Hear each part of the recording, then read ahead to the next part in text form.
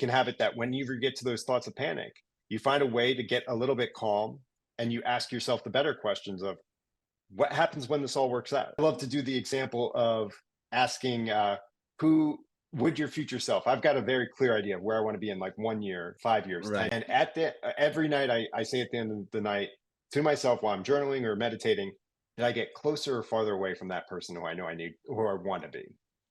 And it's a really big self check of, okay, like it lets you know I need to get better. It's not something to tear you down, but it's to kind of keep you consistent that if you have a bad day, does that bad day circle into 7 bad days? You want to cut it at the source. I'm telling you, it's some of the coolest stuff that we're seeing of people being able to change and do things they never thought imaginable just because instead of succumbing to that fear there's some opportunity in front of us and then we get that internal, like we get really excited for a little bit, we maybe start telling our friends and family like, hey, like this might be happening or this is happening, and then that night we go lay down and then it's sometimes it even gets you through that night, but between that night and the next morning you start getting that negative loop of, man, what happened this if this fails? Right. That would be good. And then you start running like I always fail, or like this never works out, and that essentially what it is, and that's the negative loop I like to say, where people start coming back to.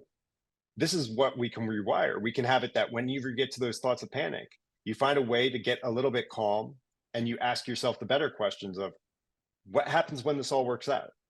How great Mhm. is this going to be when we tell this story 10 years ago when this company had this problem. We could have failed. We could have gotten scared and run away.